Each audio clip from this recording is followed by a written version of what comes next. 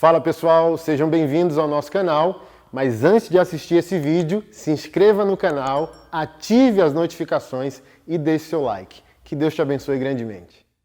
Paz, irmãos, abra sua Bíblia em 2 Coríntios, capítulo 5. Foi isso? 2 Coríntios, capítulo 5.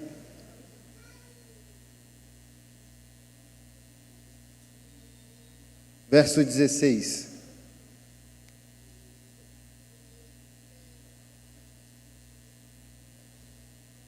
Portanto, não avaliamos mais ninguém do ponto de vista humano.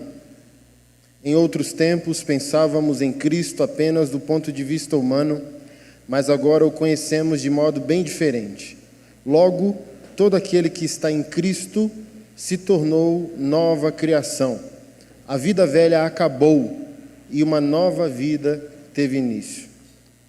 Essa minha versão ela é mais atual, mas a gente conhece esse versículo nas versões mais clássicas. Eis que tudo se fez novo, né? Nosso tema hoje é o que nós fazemos versus o que Deus fez. Eu quero trazer uma perspectiva que, no meu tempo de seminário teológico, era uma perspectiva mais triunfalista. Porém, na minha época, o triunfalismo não tinha tanta força banal como tem hoje.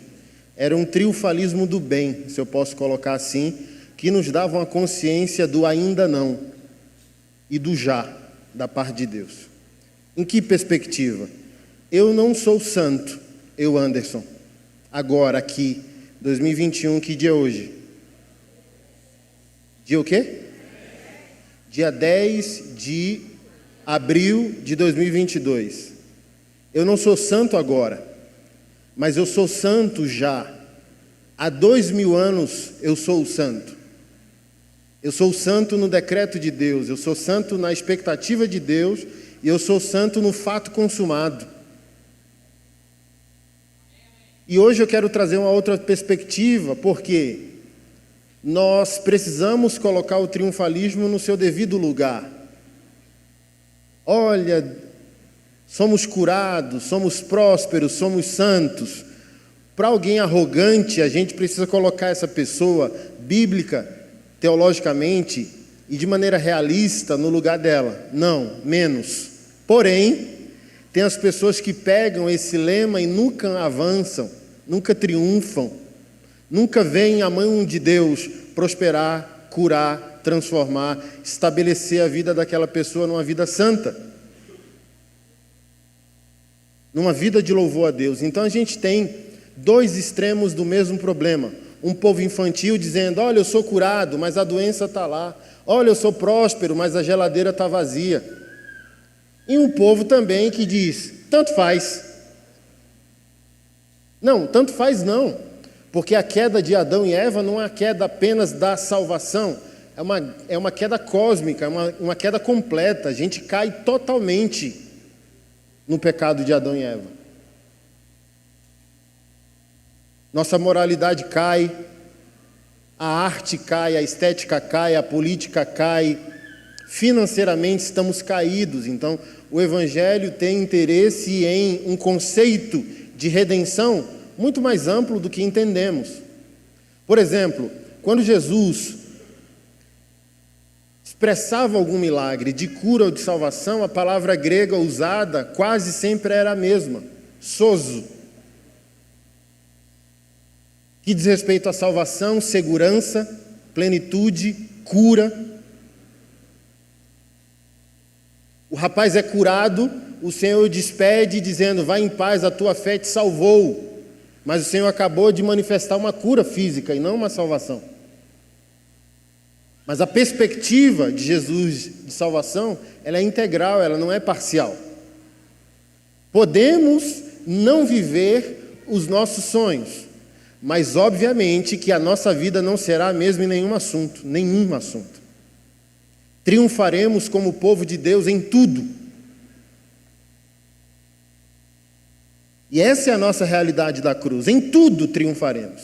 Em tudo, Deus, o nosso Pai, tem um plano bom, decretado e estabelecido. Cabe a cada um de nós, em nossa entrega a Deus, descobrir o que Deus pensa sobre nós, o que Deus quer sobre nós, qual o nosso destino profético em Deus. O que Deus sonha sobre nós? O que Deus sonha, pastor Anderson? O que Deus sonha? Porque, como eu sempre digo poeticamente, antes de Deus ter uma ideia, Deus escolhe uma pessoa. Antes do Messias vir, José e Maria precisavam, na presciência de Deus, ser eleito para aquela finalidade. Antes da reforma protestante acontecer, Deus precisou escolher um homem em sua presciência e soberania.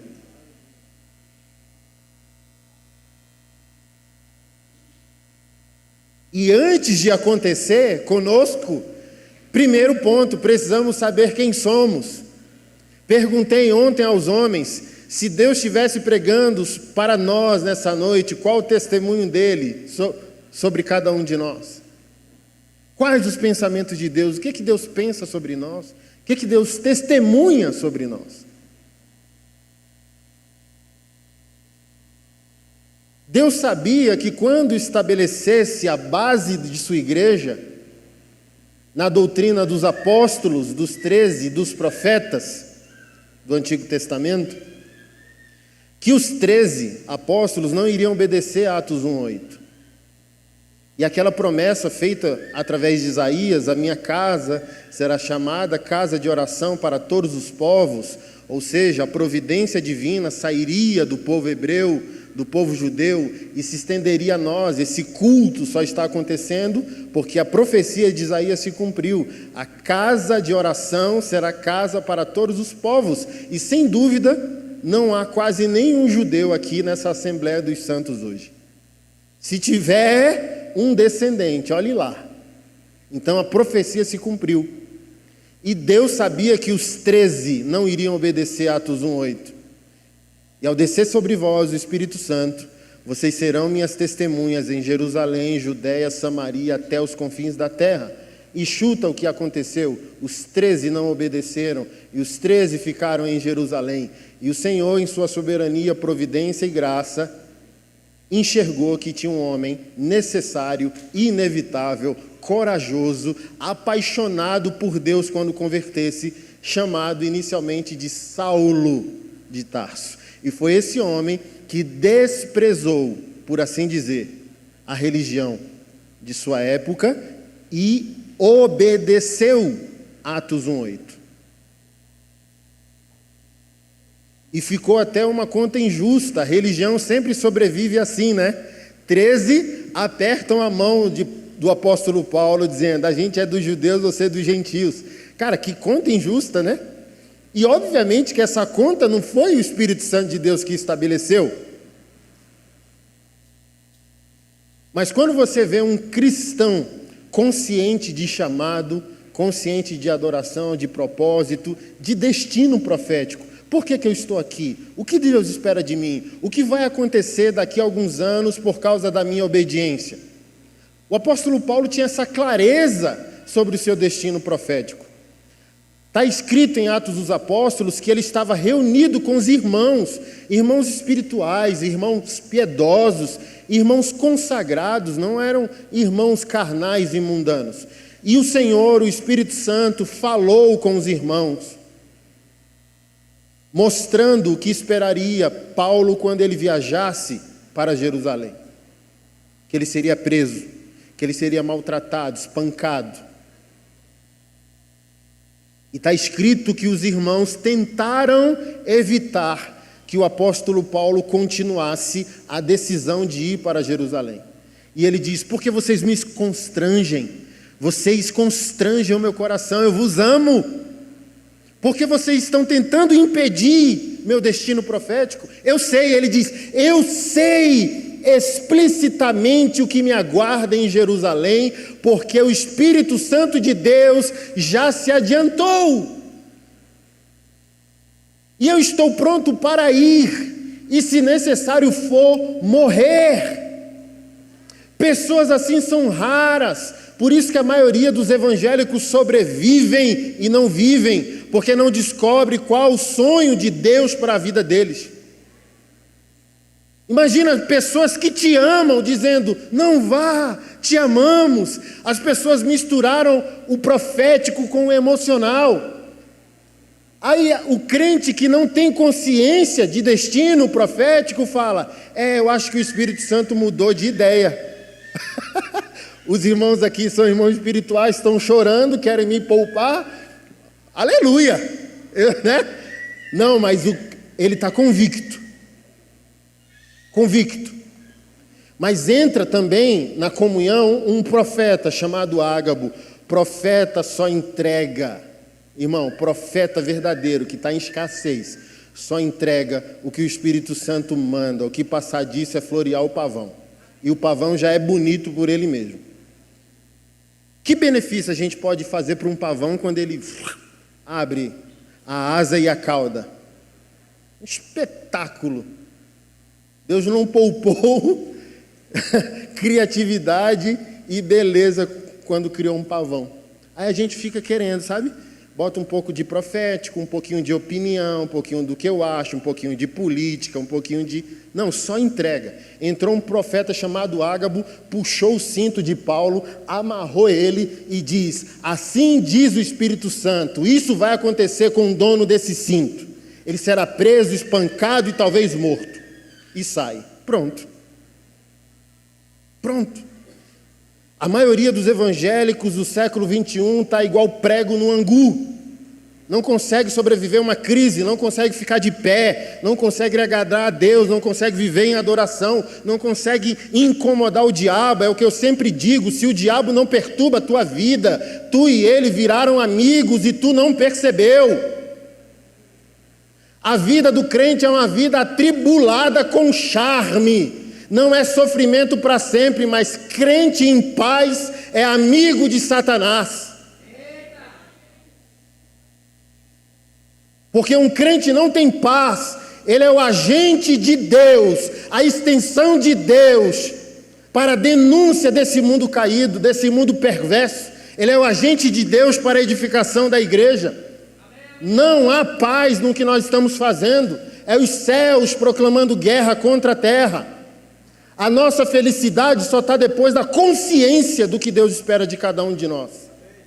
Não há felicidade cristã sem propósito cristão. O Senhor não chamou a gente para uma Disneylândia, o Senhor não chamou a gente para uma aventura. Está aqui no texto de 2 Coríntios 5, por nosso intermédio, Deus faz o apelo. Deus nos usa como megafone, se arrependam! Precisamos ter consciência. Qual é a vontade de Deus? O que Deus planejou para cada um de nós? Somos únicos, preciosíssimos. E esse detalhe específico de cada um de nós conecta de maneira específica em algum lugar. Deus não tem outra pessoa para enviar ao lugar que Ele escolheu que você estivesse. E quando você não obedece, é como se você atrasasse a logística do reino. Alguém vai te substituir, mas o trabalho não será tão bem feito como aquilo que é específico em você. As pessoas perguntam, pastor, por que você é todo tatuado? Porque se eu não fosse eu não seria eu. Quase uma Dilma, né? Quase uma filosofia dilmista aqui. O que eu estou dizendo com isso? Deus anteviu que eu seria como seria e Ele escolheu colocar um conteúdo certo, numa embalagem errada, para envergonhar alguns, como disse o apóstolo Paulo em 1 Coríntios, capítulo 1, verso 29, 30 e 31. Envergonhar, pegar os que não são, envergonhar os que são. É como se um pastor sem cara de pastor fosse, na providência de Deus, levantado por Ele para cobrar aqueles que têm cara de pastor. Eu sei o meu chamado, eu sei meu destino profético. Está todo mundo assim, ó, Anderson, deixa disso, e eu me solte. Eu sei qual é o meu destino profético. Descubra o seu, pare de querer me parar. Pare de querer me dar uma maracujina. Porque todo mundo que entendeu o seu destino profético vai estar comprometido, pronto para morrer, pronto para se entregar. Descubra o seu.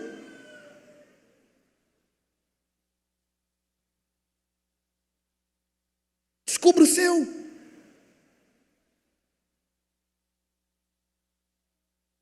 Toda vez que eu tenho que dialogar com pastores, a gente acha que você está fazendo errado. Se 9, se 100, se 99 foram chamados para fazer de um jeito, Deus sempre usa todo mundo do mesmo jeito?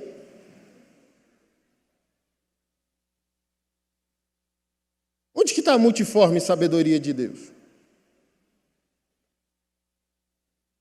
Se 9 pastores são chamados para tratar os homens da igreja com carinho, amado, querido, veja bem, você traiu sua esposa. Aí Deus levanta um Jack da vida que já botou o marido dentro do porta-mala do carro e levou para o mato. Imagina? Eu estou criança ainda na minha tática pastoral. Deus levanta uns para dizer, canalha.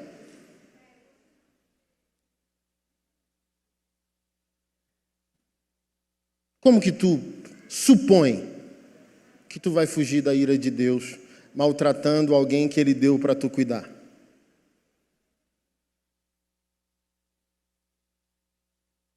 Quem recebeu e entendeu seu destino profético tem consciência de alguma coisa.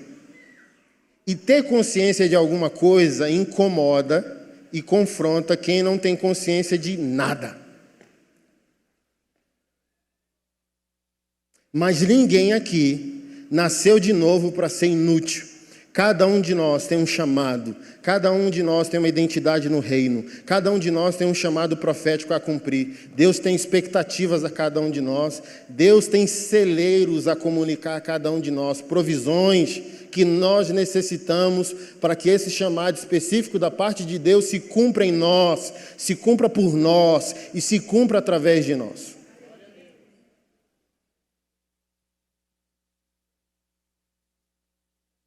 O que Deus fez não é refeito. É isso que eu queria tratar com os irmãos hoje. Isso me esticou muito. Eu falei isso, eu acho que aqui ano passado. Nessa igreja que eu congreguei, onde eu fiz meu seminário de teologia, a teologia nos tratava como santo. Mesmo que aquilo não fosse realidade prática, aquilo estica a vida num compromisso moral com o Evangelho muito eficaz. Gera uma consciência de pertencimento. Assim, eu olho para mim e não sou. Eu olho para ele e ele está rindo, dizendo, eu estou te vendo pelo sangue do meu filho. Então você está com ele, você está nele. Isso é tão maravilhoso que quando Paulo escreve aos Gálatas, escreve aos Efésios, ele diz, estamos assentados em Cristo em regiões celestiais. Eu estou em Samambaia agora pregando você. Mas a nossa Bíblia, a santa palavra de Deus, diz que de alguma maneira, e a Bíblia é a palavra de Deus, e a palavra de Deus não mente, ela diz que nós estamos sentados com Cristo à destra da majestade de Deus. Aceite esse fato. Isso te transforma, isso evita que você viva em pecado, porque você acha, olha, não tem ninguém. Não, se a Bíblia diz que eu estou assentado no trono da glória de Cristo, como eu estou sozinho e agora posso pecar? Isso gera um nível de consciência tão espetacular, que mesmo que eu peque, eu já peco pedindo perdão, porque Ele está lá. Senhor, eu quero cometer esse pecado. Eu já te peço perdão antes de cometê-lo, porque a consciência já foi levado a um lugar de pertencimento muito eficaz. Sou pecador, sou pecador, sou pecador, sou pecador. O efeito psicológico disso vai justificar viver em pecado. Você é santo, você é santo. Obviamente que isso também não pode virar banalidade, mas isso, precisa nos erguer ao nível de consciência e comprometimento. Se Deus está dizendo que eu já sou santo, meu amigo, corra atrás do prejuízo. Porque ele não está morrendo várias vezes para nos santificar. Ele morreu uma vez e nos santificou. É o que eu sempre trato com vocês. Pegue todas as cartas do apóstolo Paulo, ele começa ou termina chamando o povo de Deus de santo, santificado, justo ou justificado. Confira você mesmo. Aos santos de Deus que estão em Roma, e não são os santos católicos, não eram estatuetas, era o povo redimido, aos santos de Deus. Então, olha só, o impacto que isso tem. O já, na teologia, quando a gente estuda, é o decreto de Deus, e o ainda não. Eu estou caminhando em santificação até o lugar desse decreto. O que Deus pensa sobre mim? Que eu sou santo. Na prática, não sou, mas eu vou reagir ao decreto, porque Ele não vai fazer de novo o que já fez. Eu estou santificado, justificado, curado, suprido. Mesmo que eu não aceite. Em algum lugar, eu posso acessar, pela fé, a providência. Cabe a cada um de nós. Assim, é o que eu sempre trato quando eu estou ensinando prosperidade. O dinheiro existe, ele está em algum lugar, mas a visão é o trilho da provisão. Por que o dinheiro tem que vir? Responda para você mesmo.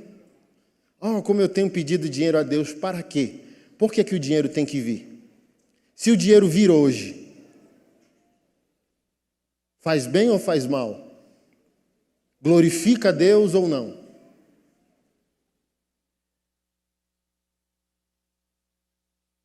A provisão existe. A pergunta é, para que finalidade?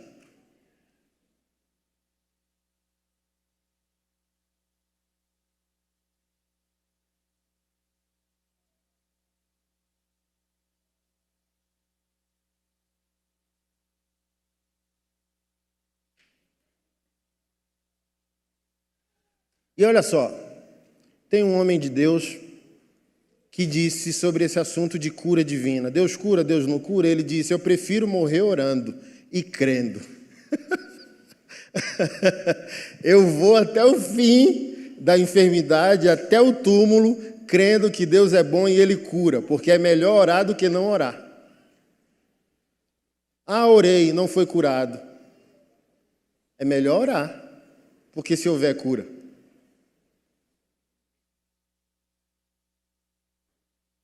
É melhor tentar do que não tentar, é melhor fazer do que não fazer.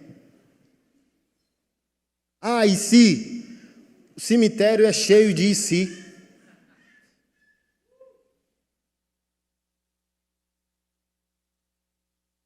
Eu não quero ser um doido. Mas eu posso ter fé. Eu posso... Mesmo não vendo, a gente tratou isso ontem, Hebreus 11.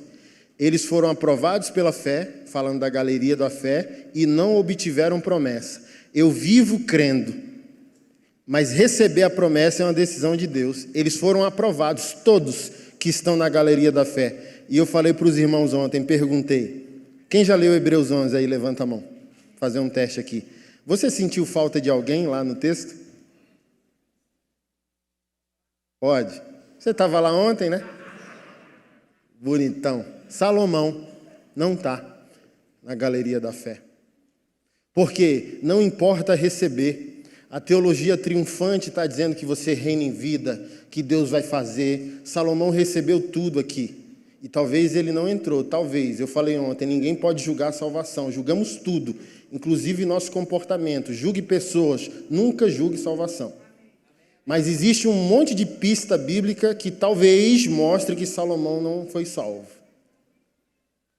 1 Reis, capítulo 11, diz que sua paixão, sua dedicação, seu amor às suas 1000 mulheres desviou seu coração de seu Deus, ao ponto que ele construiu altares e templos a abominações, Moloque e outros deuses lá, que eu esqueci o nome.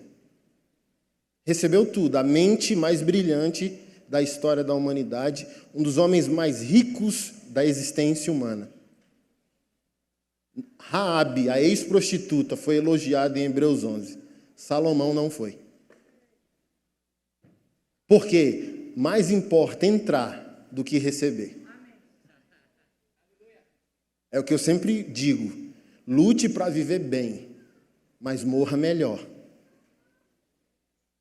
Se morrer hoje, entra? Essa é a pergunta.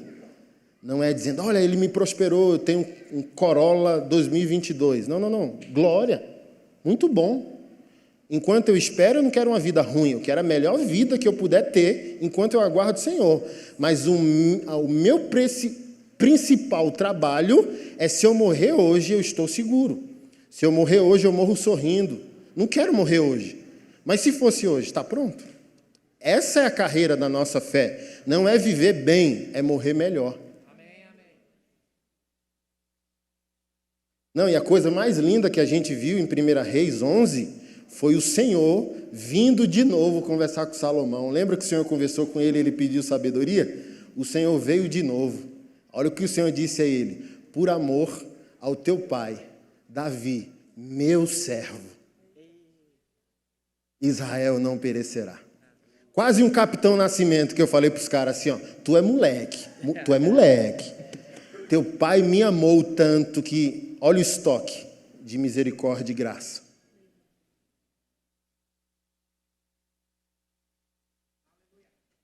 Teve a parte que Davi fez. Teve a parte que Deus fez e ele acessou. Teve a parte que Abraão fez. Teve a parte que Deus fez e Abraão acessou. Abraão, antes da lei, antes de ter igreja para congregar, antes de ter um livro sagrado, um código moral a seguir, Abraão foi chamado de amigo de Deus. Então, o que eu quero te ensinar nessa noite? Encontrar o que você tem que fazer com aquilo que Deus fez. E juntar as duas coisas.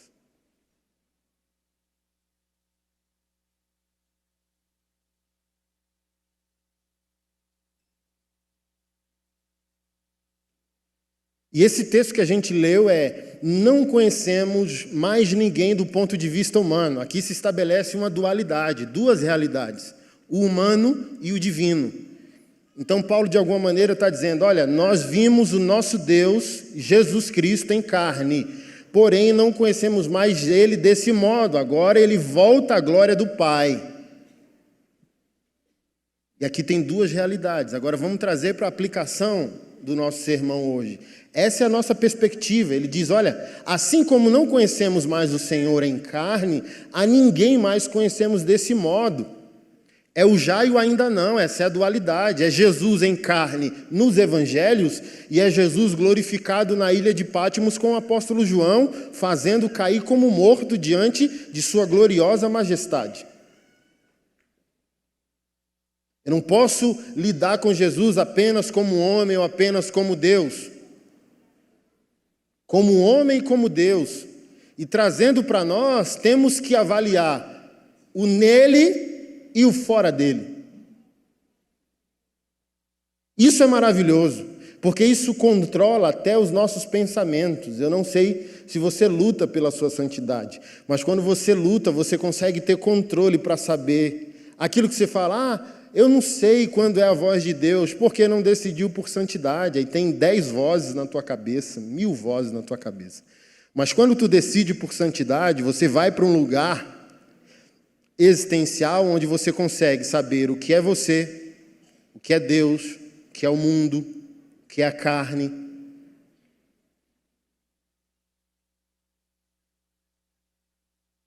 E até essa cobrança farisaica você não tem, porque você diz, não, isso aqui não sou eu. Sabe aquela tentação? Por exemplo, vou dar uma dica do que eu estou querendo dizer, materialmente agora no exemplo. Jesus não disse que a gente não pode olhar para uma mulher. Ele disse que a gente não pode olhar para a mulher com desejo impróprio. Isso aqui, irmão, é o segredo de uma vida triunfante. Eu estou assistindo uma série com a Keila e a gente é um casal resolvido, somos amigos e parceiros. Meu amigo, se tem uma coisa nessa vida que Jesus fez de bonito, foi a mulher dessa série. Eu falo bem assim, Keila do céu, isso não é uma mulher, isso é um espetáculo da natureza. Meu Deus, Jesus não poupou assim não. Vou fazer o Anderson. Vai ser pastor, feiura, boca grande, orelha grande. Aí foi fazer a mulher lá, dizendo, beleza, pega tudo e bota nessa mulher. Por quê? ensinaram ao berçário gospel que santidade é chamar o belo de feio. Não, o belo é belo. E você pode ir para um lugar de santidade que você se relaciona com a beleza sem erotismo. Quando eu digo que essa mulher é um espetáculo, não há nada de erótico, e eu estou num lugar seguro falando isso do lado da minha esposa. E ela diz verdade. Ao mesmo tempo que ela pode falar isso de qualquer homem, não tem crise, porque o belo é belo. Então eu olho para uma mulher e digo, belo. Se eu perceber no meu homem interior que o sinal vermelho alertou, eu viro e saio. Porque a Bíblia manda eu sair da aparência do mal. Mas eu posso dizer, uau, nossa, que bonito. E ponto, morrer ali.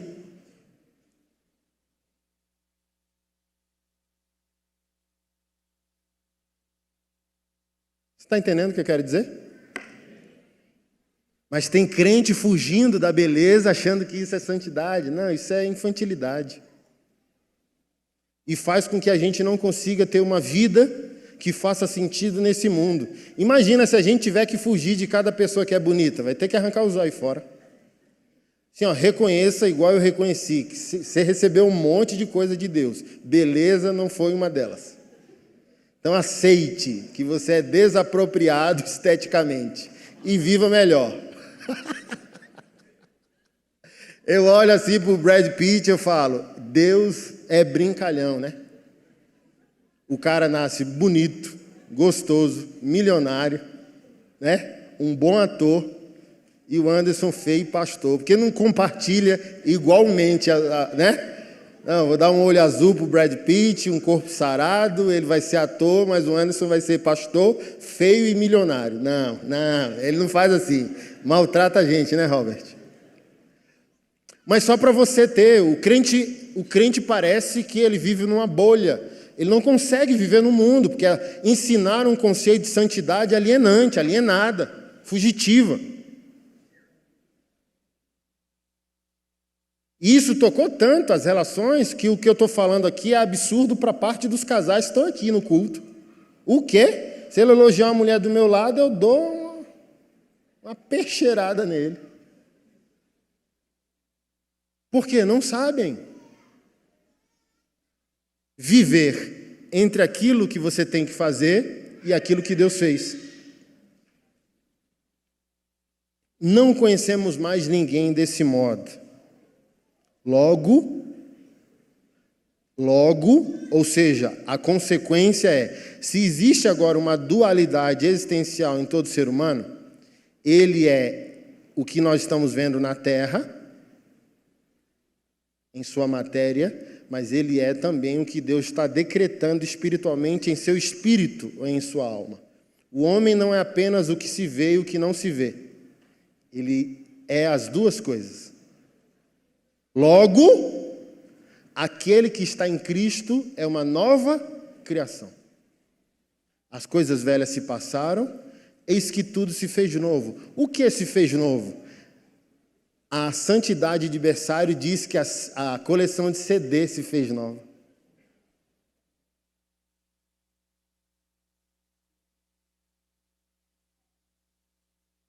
Ô crente, escuta isso aí não, tudo se fez novo. O se fez novo para o crente, na maioria, é a estética.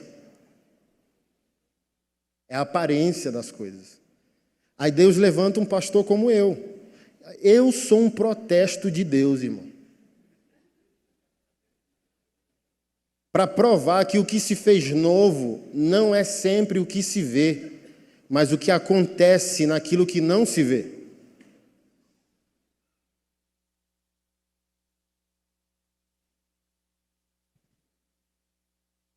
Eis que tudo se fez novo.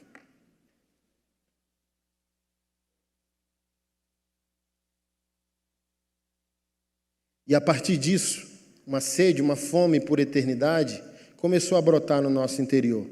Nos coloque diante de pautas e assuntos eternos e veja se o crente é despertado em seu interesse. Se isso não acontecer com você, nada se fez novo e você não nasceu de novo. Por exemplo, se você colocar o céu diante do crente e uma bolada de dinheiro, se ele cumprir alguns princípios, veja como ele reage. Qual a expectativa, quais as afeições que ele tem.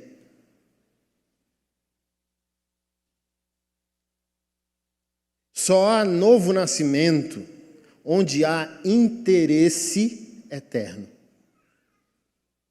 Por mais que Deus possa fazer agora, e Ele faz, o novo nascimento, majoritariamente, aponta para a eternidade.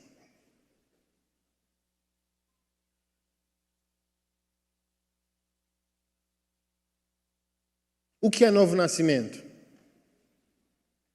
É melhor, infinitamente melhor, partir e estar com o Senhor, mas por causa de vós ficarei.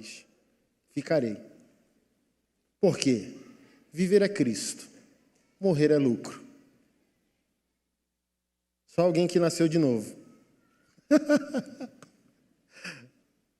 Mas hoje está ensinando o quê? Tenha. Busque. E a gente está bonito, cheiroso, com um carro bom, indo para o inferno e ninguém está alertando a gente. Podemos estar bonito, cheiroso, com um carro bom, esperando o céu? Devemos. Por favor. Viva com charme enquanto espera a sua morte passageira para a sua vida eterna. Por gentileza. Viva uma vida digna, uma vida maravilhosa, uma vida boa, uma vida suprida. Por favor, lute por isso. Mas isso não é o Evangelho. Na sua totalidade. Só parte, só uma fatia da pizza. Mas não é a pizza toda. 90% da nossa pizza ainda não estamos em casa. E quem nasceu de novo tem essa fome. Meu Deus, como eu dirijo um carro bom, mas comparado ao que eu estou esperando não é nada. Meu Deus, ainda não estou em casa. Maranata. É essa. Essa é a verdade da nossa vida. Esse é o norteador na nossa vida. Nossa, que casa boa, Deus me deu o privilégio de morar, né? Que legal. Aí você começa a chorar. Por que você está chorando? Meu Deus, porque se a minha casa é legal e eu tenho alegria nela, como será a casa de Deus? Isso é o tudo se fez novo. O crente tira a sintonia da terra e coloca-se na sintonia do céu.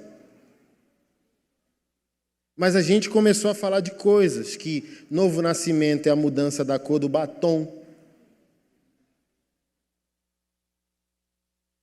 E coisas estéticas similares, como o novo nascimento. Assim, ó, tem gente que não ouve música ruim, não fuma, não bebe, não mente e não é crente, está indo para o inferno. Então, mudança que não começa pelo Espírito de Deus, não é mudança que agrada a Deus. A mudança que agrada a Deus é um start do Espírito Santo. Há mudança, mas a mudança começa nele. Porque se a mudança não começar nele, o que a gente chama de mudança é vaidade, arrogância, futilidade, farisaísmo. Olha, não bebo, e daí? Olha o tamanho da tua língua.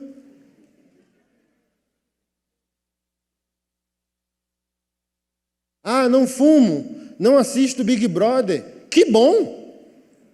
Faz bom para a vida espiritual, para a saúde mental. Não fume, não beba, não assista Big Brother. Não faça tudo isso. Não escute música ruim que denigre a dignidade humana, que ofende a santidade de Deus. Joia! Mas tem gente sem Deus fazendo o mesmo e Deus não aprova.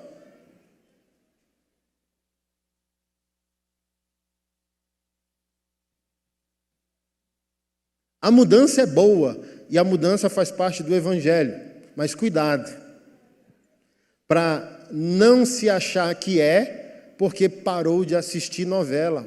Por favor, é um dever seu, né? Que porqueira, que alegria a gente tem. Eu vejo o povo, Big Brother, eu falo, graças a Deus, dessa besteira tem no mínimo 15 anos que eu não ligo TV aberta. Sem nem o que se passa num jornal. Seu dever cristão. Não ouvir essas pataquadas do mundo. Porém, deixar isso não é o sinônimo que Deus te aprova. Deixe e busque a aprovação de Deus. Deixar não é aprovação. Eu sempre uso o exemplo do gay e do hétero. Se opor à homossexualidade não aprova a heterossexualidade, porque a mesma também precisa de santidade. Tem muita gente dizendo, homossexualidade é pecado. Amém! Concordamos, estamos na mesma página. Vive em santidade heterossexual? Ou acha que condenar o pecado do outro te aprova diante de Deus? Esse é o perigo de uma mudança que não começa naquilo que Deus está fazendo. Podemos e devemos viver uma vida santa, com menos pecados. Ou como eu sempre digo, com pecados diferentes, tudo não se fez novo. Então, por que o tempo passa e os pecados são os mesmos?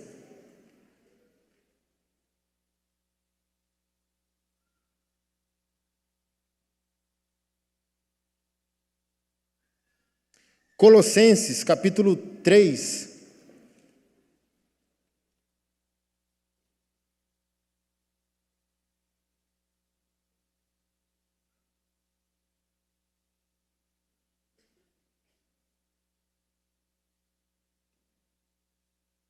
Colossenses, capítulo 3, verso 9. Eu quero dar um versículo bônus para vocês, tá? No 2, 20, olha o que ele diz.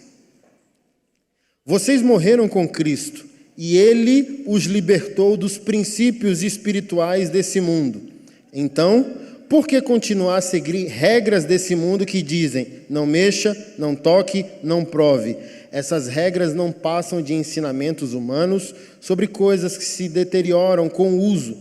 Podem até parecer sábias, pois exigem devoção, abnegação e rigorosa disciplina contra a carne, mas em nada contribui para vencer os desejos da natureza pecaminosa. Então ele está falando num contexto gentílico-judaico, onde o judeu tem a vaidade estética de obedecer a Deus dentro do Antigo Testamento. Lei, Moisés, Abraão, circuncisão. E Paulo entra nesse contexto dizendo, não toque, não prove, não escuto música secular, não assisto Big Brother e não bebo. Aí entra nessa categoria, não toca, não prova, ele diz, a regra por si mesmo não te faz nascer de novo. Tem doutrina humana que igreja que proíbe barba, ou impõe um terno, ou coisas similares, sabe? Que não agrega santificação. Ela gera controle do corpo, mas a sensualidade está ali. O Adão e a Eva querendo nadar, como disse Lutero, achei que o velho Adão tinha morrido nas águas do batismo, mas eu descobri que o desgraçado sabe nadar. Aí está lá o Adãozinho nadando, mas a gente vestiu a roupa certa, como se a roupa santificasse. Na época que o Antônio Cirilo não tinha desviado para a teologia do Pablo Marçal, quando ele era crente, ele fez uma conferência em Belo Horizonte, eu acho, com Gregório McNutt, e era obrigado a usar terno. Esses homens profetas na época, descia pó de ouro, sabe? Assim, a providência de Deus era tão linda que Deus mandava sinais da bondade dele, sabe? Aí esses homens pegaram o terno e botaram no pedestal do microfone. Então, beleza, pregue aí, paletó. E saíram. Não é estética? Então que a estética pregue.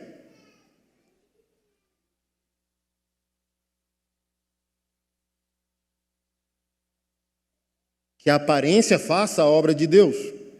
E não faz. Porque o texto que eu pedi para vocês abrirem é justamente esse. 3:9. Não mintam uns aos outros, pois vocês se despiram da sua antiga natureza e de todas as suas práticas perversas.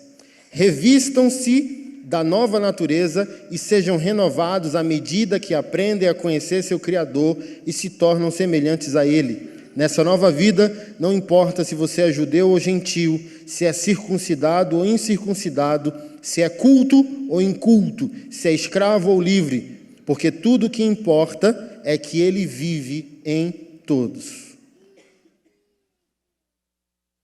Olha o que o apóstolo Paulo está dizendo. Ele está falando sobre um passado e um presente e futuro. Vocês se despiram da velha natureza. Fato passado.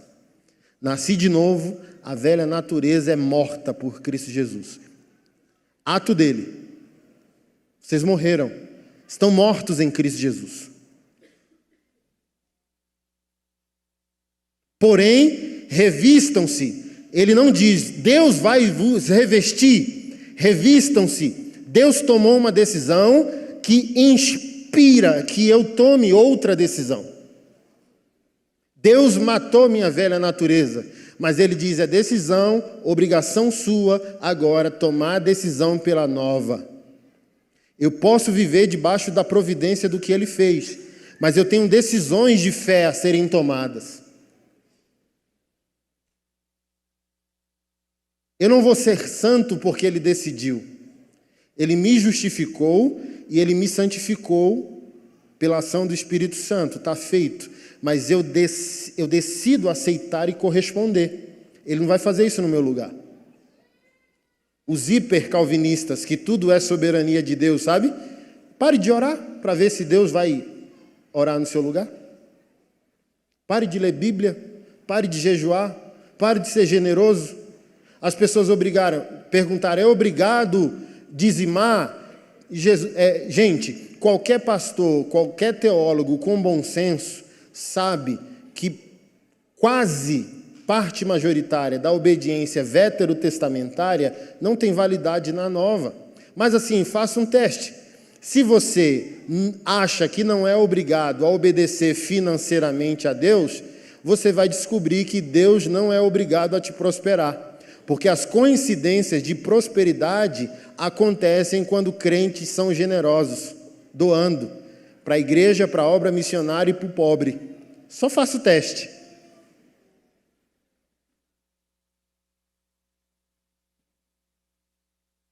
Então as pessoas acham que não há encontro entre aquilo que Deus faz e aquilo que elas precisam fazer. Eu fui justificado por ato de Deus. É minha obrigação honrar a justificação pela santificação e me tornar santo.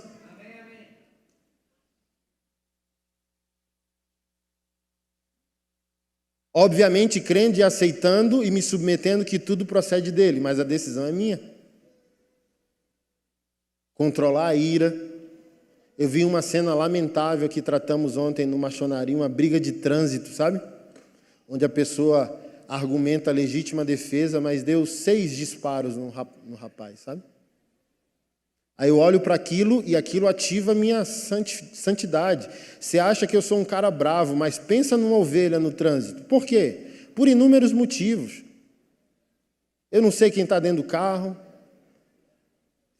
Ira é igual uma represa. Se der a primeira martelada e abrir aquela represa, já era. É aquele ditado, dá um boi para não entrar numa briga, mas dá uma boiada para não sair. Então é melhor nunca entrar numa briga. Eu decidi isso no trânsito. Sim, ó, é meu protocolo de santidade, meu protocolo de sobrevivência. Bateu em mim. Tem um mês que eu estava levando os meninos, bateram em mim no centro. Pai, bateram no carro, não vai descer não? Não, carro é carro. Bateu onde? Arrancou aqui o para-choque. E o caminhoneiro buzinando. Bateram no carro, arrancou o para-choque. É só um para-choque. Porque se eu parar, Adão vai nadar. E se Adão nadar, eu perco Deus, perco a paz, perco os frutos do Espírito, a compaixão, a misericórdia. Tenho 4 filhos, tenho uma esposa, tenho um testemunho, tenho um ofício pastoral a zelar. Você não me quer na capa do Correio Brasiliense, então é melhor ir embora. Para-choque é só um para-choque. E eu decidi isso quando Adão nadou. Eu dei esse testemunho. Meu primeiro carro foi um Gran Siena, saindo da igreja aqui num culto abençoado. Não tinha o Estevão, eu acho que também não tinha o Tiago, só o Paulo e o João, tanto filho, né? E o cara bateu no meu retrovisor. Pensa numa ira. E eu fui atrás, ó, família dentro do carro, olha que situação. Família dentro do carro, eu correndo, igual um alucinado. Adão nadando assim, vai lá, né? Defende tua honra, tu é macho, não sei o quê. E a Keila, assim, com todo zelo, educação precisa, cirúrgica, perguntou, meu bem, você pode responder uma dúvida? E eu, bravo, né? O que foi, mulher? E ela falou bem assim, o que você vai fazer quando você parar o carro do cara? Aí a gente entrou numa unção do riso, diante de Deus. O Espírito Santo entrou no carro e eu comecei a cair na gargalhada. Porque eu falei bem assim, nada, não vou fazer nada. Então ela falou, pegue o primeiro retorno e vamos embora. Porque de fato eu não iria fazer. O que é que eu vou fazer? Fechei o carro. Sou crente, nasci de novo, batizado com o Espírito Santo. O amor de Deus está aqui. Romanos 5 prova que aquele que recebeu o Espírito Santo recebeu junto o plus do amor. Praticando ou não, o amor de Deus derramado pelo Espírito Santo está aí dentro. Então eu paro o cara e vou fazer o quê? Nada, eu vou fazer nada. Porque eu nasci de novo. E mesmo se agisse, juridicamente eu perco todos os direitos, porque 10 minutos depois, meia hora, meio-dia, um dia, uma semana depois, o cristão quer lá e honrar alguma coisa, sabe? Seu nome. Perdeu Deus, perdeu a proteção do ordenamento jurídico, porque vingança não é justiça. Então, você está vendo que você precisa responder ao que Deus fez. Isso precisa se encontrar, porque Deus não vai fazer no seu lugar. A decisão pelo fluir dos frutos do Espírito, por uma vida santa, piedosa, compassiva, misericordiosa, tudo decisão nossa. Assim, eu não sou tão santo assim, eu tenho a lista negra assim, ó. Eu perdoo sempre, mas essas 3 pessoas aqui na minha lista, quando eu encontrar, mas está lá. Eu falo, Espírito Santo, me trabalha. Espírito Santo, trata comigo, mas essas pessoinhas aqui, dessa lista maculada, é mais difícil. Mas geralmente um crente se sai bem, se nasceu de novo. Mas o Judas eu sei que é mais complicado, né? Todo mundo vai concordar. Perdoar Pedro, tranquilão. Perdoar Judas né? Ei, Jesus Cristo.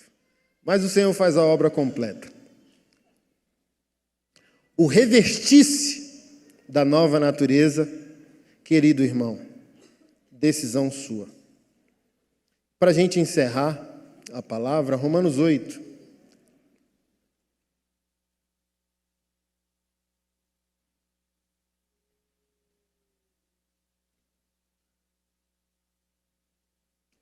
Versículo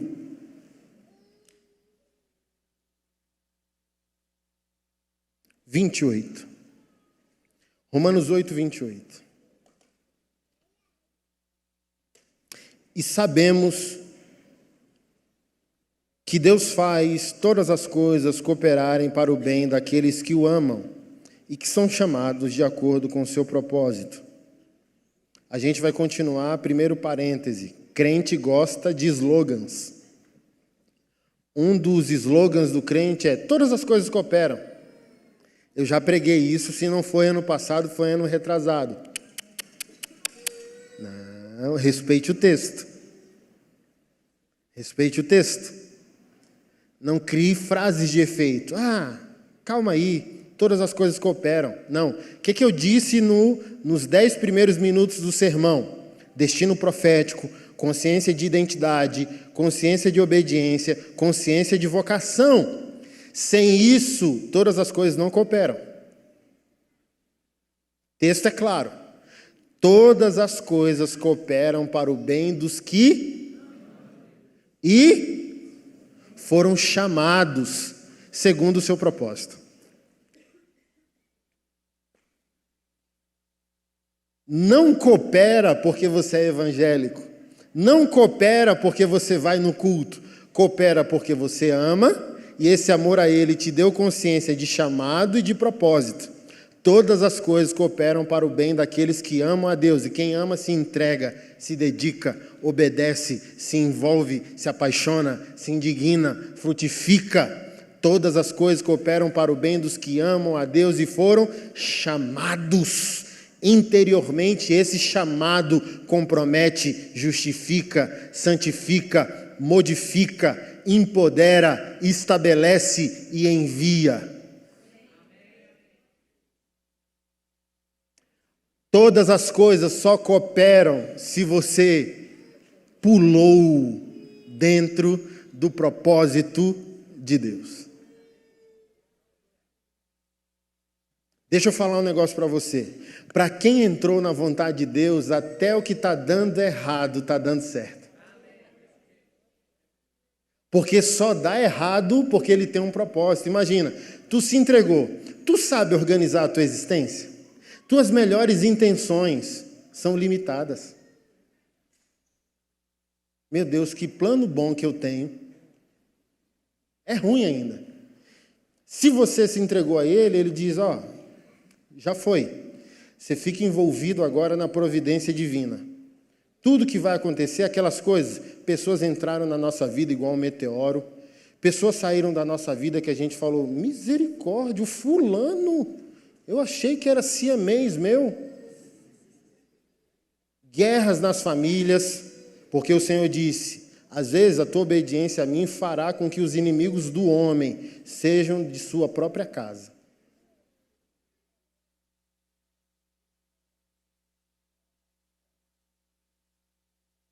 Então eu falo, meu Deus, comecei a te obedecer, começou a dar errado? Não, começou a dar certo.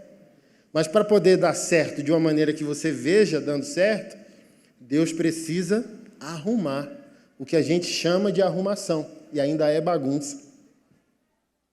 Para poder dar certo para nós, tem que dar errado. Porque a lógica do céu nunca vai ser a lógica da terra, nunca. Olha o que a Bíblia diz, Senhor, estou cheio de boleto, estou precisando de provisão. Aí ele diz na palavra, bem-aventurado é aquele que dá do que aquele que recebe. A lógica nunca cabe aqui. Se quer? Quero. Se entregue. Dê. Faça pelo outro. Quer que eu pague seus boletos? Procure alguém também com boleto. Vá ajudar alguém. Oh Deus, eu tenho um sonho financeiro. Vai alimentar um pessoal que precisa aí, compra umas cestas, umas marmitas. Vai arrumar uns problemas. Você, vá. Enquanto você vai lá arrumar uns problemas, eu vou cuidar dos seus problemas.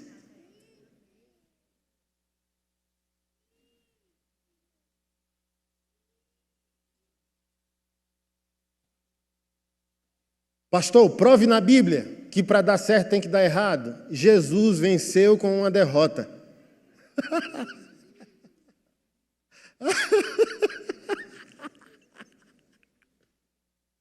Ele vai salvar o mundo. Mataram ele. Essa foi a zombaria de Roma. Essa foi a zombaria dos filósofos gregos. O que Paulo disse aos Coríntios. Os gregos querem sabedoria. Os judeus querem sinais, poder. Esse líder messiânico é potência política. Ele é imponente. Ele vai derrotar o Império Romano, ele vai desestabelecer os Césares da vida.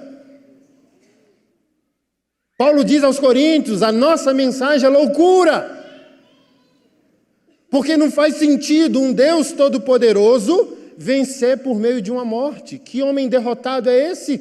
Se Satanás soubesse que a morte de Jesus era a redenção da vida de todos os vivos e mortos, ele não tinha conspirado com a morte de Jesus. Nem o diabo sabia que a derrota era a vitória. Porque se ele soubesse, ele não teria endemoniado Judas. Porque está escrito na palavra, e Satanás entrou em Judas. Ele não teria perturbado Pedro. o Senhor disse a Pedro: intercedi por ti a madrugada inteira, porque Satanás peneirou tua alma.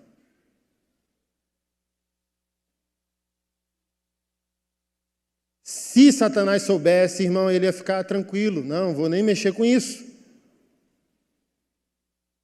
Para poder dar certo para o povo de Deus, tem que dar errado.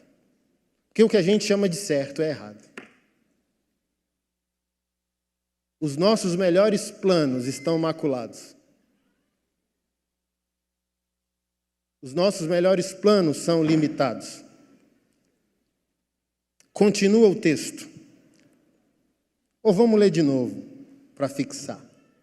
Sabemos que Deus faz todas as coisas cooperarem para o bem daqueles que o amam e que são chamados de acordo com o seu propósito.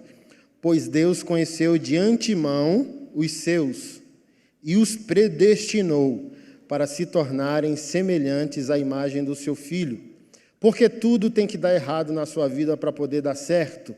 Porque a gente só ouve por meio do problema, e o problema parece que santifica mais a gente do que a solução. Deus deixou você bonito, gostoso e milionário. Parece que aquilo desestimula a tua obediência. Ninguém obedece financeiramente quando prospera. Ninguém obedece, parece, quando tudo vai bem. Então, o ser humano tem uma tendência a nadar com Adão nas águas do batismo. Só procura Deus para resolver problema. Martinho Lutero disse: meus sofrimentos são as minhas mestras de teologia. Infelizmente, o ser humano aprendeu a obedecer por meio do que aprendeu a sofrer. A natureza humana, né, ela é indisponível à obediência. O escritor de Hebreus diz que o próprio Senhor Jesus aprendeu a obedecer por meio do sofrimento. A matéria humana, ela é antipática à vontade de Deus, ela não quer, ela milita contra a santidade e o propósito de Deus. Então, a predestinação de Deus é conforme a semelhança do seu Filho. Tudo que vai acontecer, certo ou errado, de bom ou de mal, tem um objetivo final. Que objetivo é esse? Nos tornar semelhantes ao Filho de Deus, a fim de que ele fosse o primeiro entre muitos irmãos. Depois de predestiná-los, os chamou. Depois os declarou justos. E depois de os declarar justos, deu-lhes a sua glória. Tudo no passado. É o que somos. Naquilo que Deus fez. Quem você é? Sabemos. Essa igreja só prega sobre sua condição na perspectiva do pecado original. Agora, quem você é na perspectiva de Deus? E você precisa juntar as duas coisas. Aqui não sou, lá já sou. Como unir? Como buscar? Ah, se Deus é soberano, eu não vou orar porque minhas contas estão atrasadas. Você não vai ver coincidências sagradas. As coincidências são mais frequentes quando obedecemos e oramos. Só faça o teste. Ah, Deus sabe, mas esse é o charme, Ele sabe mesmo. Mas Ele nos chamou à ação, junto com Ele. A ação criativa.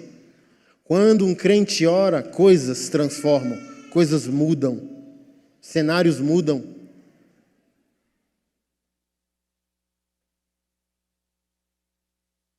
Você não tem que achar que é coisa nenhuma e você não tem que achar que é alguma coisa sem Ele. A gente precisa encontrar um equalizador. Foi minha palavra ontem para os homens. Um cristão, um homem cristão é um equalizador. Você tem que buscar a equalização. Tem um triunfalismo e tem um fatalismo. Tem a teologia da pobreza e a teologia da prosperidade. E o que você tem que buscar como a equalização?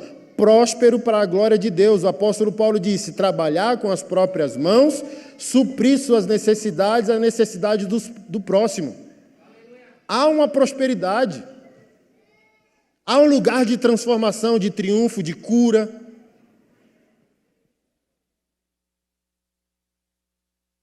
A gente não pode entrar em megalomania e a gente não pode entrar numa depreciação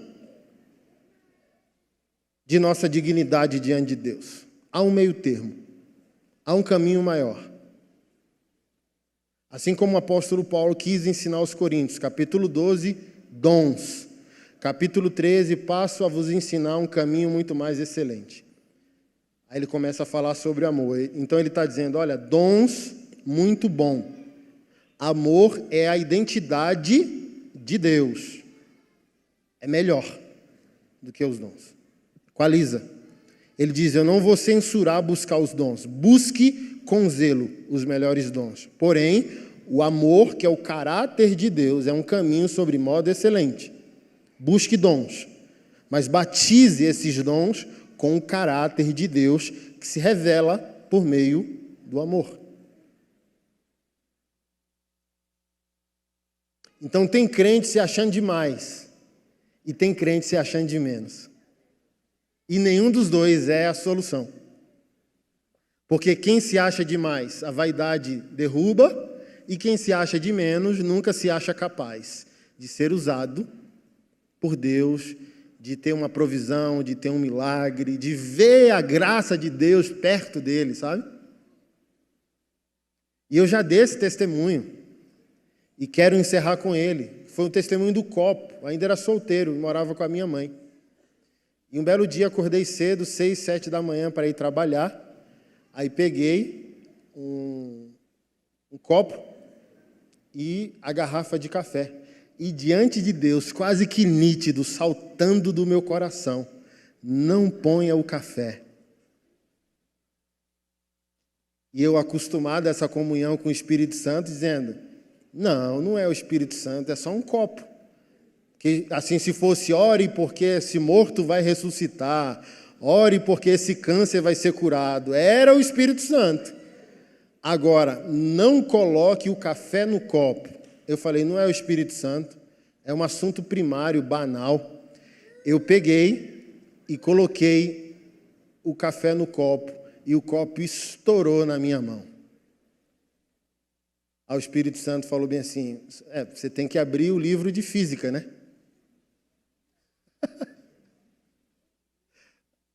Do tipo assim, ó, o mármore lá da casa da minha mãe, os copos dormiram lá. Estão gelados. Você está aqui? Aí você vai pegar um café quente, botar numa plataforma gelada, e qual vai ser o resultado? Aí eu fiquei chocado, comecei a chorar. Espírito Santo, mas é só um copo, mas eu moro em ti.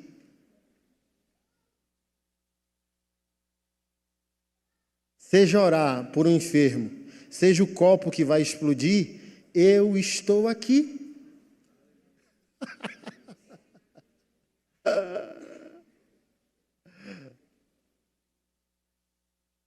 Essa é a dicotomia. A vida é secular, o domingo é sagrado, mas o Espírito Santo vai sair com você quando esse culto acabar. E os 6 dias fora daqui deveriam ser tão sagrados quanto esse momento que a gente adorou Ele e ouviu a palavra. Onde Ele vai dizer, não entra aqui à direita. Quando eu nem era crente, o Senhor já estava me guardando quando eu tinha uma namoradinha no Recanto. Não desce por aqui, fui assistir Flamengo e Vasco, uma final. Aí vou para a parada no Recanto e aqui, ó, diante de Deus, não vai pela direita. Conversa, desci, mochila cheia, com a coleção do Iron Maiden, Metallica, tudo lá. Discman, quem é old school aqui? Os Nutella não sabem o que é Discman, não. Aí, diante de Deus, assim, a minha desobediência, não tinha nascido de novo, mas na presciência dele, não, aquele já é o pastor Anderson. Ele é só um maconheirozinho com a namoradinha no Recanto agora. Mas ele aqui no céu já está decretado, ele é o pastor Anderson. Então, anjos, proteja esse atribulado. E o Senhor enviou os anjos no Recanto para me guardar. Acabou o jogo e aquilo incômodo. E você lembrando do conselho da mãe, não vá. Recanto é perigoso. Irmão, 25 anos atrás, Recanto, tá doido, perigosíssimo. Não vá. Aí eu falei, rapaz, desobedeci, né? A mãe, o segundo Espírito Santo, às vezes, né? Bem que a mãe disse, desci, não desça pela direita. Diante de Deus, uma uma veinha do coque, assembleana, certeza. Aí eu descendo lá, recanto, ouvindo Iron Maiden, tênis Adidas novo, que era moda na época, não sei se vocês lembram, uma semana de comprado, e ó, todo paloso. Aí passou a veinha do cocó dizendo, meu filho, estou sentindo de Deus, não desça aqui nessa rua não, meu filho. Eu obedeci? A senhora acha que eu obedeci?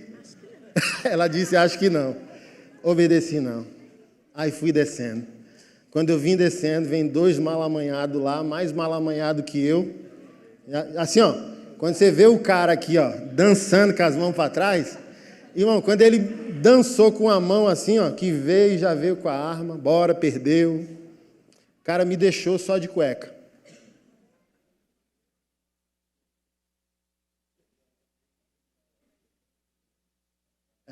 O Iron Maiden perdeu, né? Graças a Deus. O que eu estou querendo dizer com isso?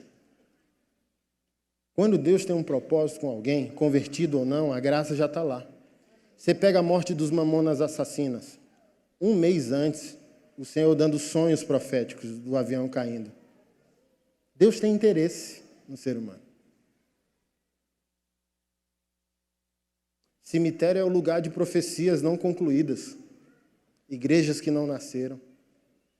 Sonhos que não foram empreendidos. Homens e mulheres que não viveram seu destino profético. Mas o Senhor fez o chamado.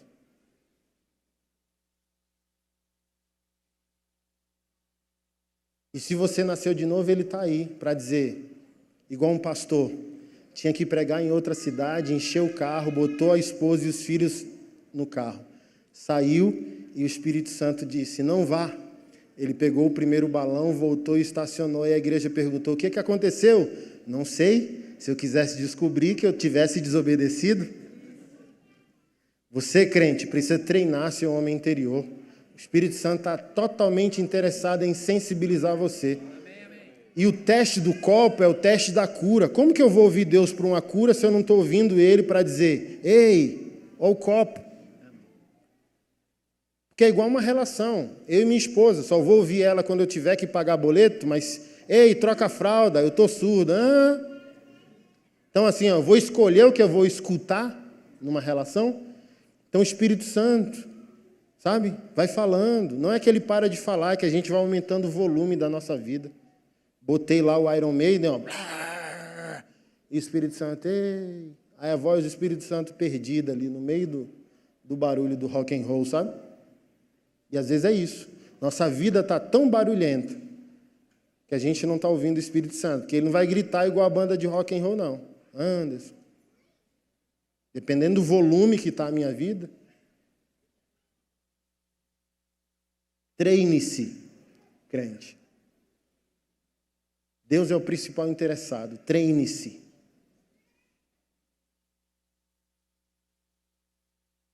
Tu estás aqui? Deus é bom. Hoje a gente vai celebrar a ceia do Senhor. Já faço uma recomendação a vocês. Eu estava dirigindo essa semana e parei ali em Taguatingaçu, frente a uma igreja católica, 3h da tarde. Estava tendo uma missa. Aquilo me constrangeu tão grande, sabe? Me constrangeu pelo horário, pela liturgia, pelo respeito ali. As pessoas estavam cantando, o padre estava lá ministrando os sacramentos, e eu me fazendo perguntas, onde está a nossa reverência? 1 Coríntios 11, avalie, pois, o homem a si mesmo, que você avalie mesmo, porque o objeto da ceia não é você. A nossa igreja é sempre generosa de dizer, a ceia é lugar de inclusão, mas pensa bem mesmo, o texto diz, não coma nem beba a sua própria condenação. A ceia não é se você vai se sentir bem ou não, útil ou não, excluído ou incluído. A ceia é sobre a santidade do Senhor, que outras religiões estão respeitando mais que nós. Não coma se não vive. Não beba se não vive.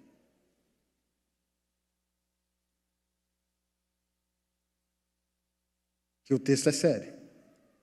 Aquele que não examina a si mesmo, come e bebe sua própria condenação.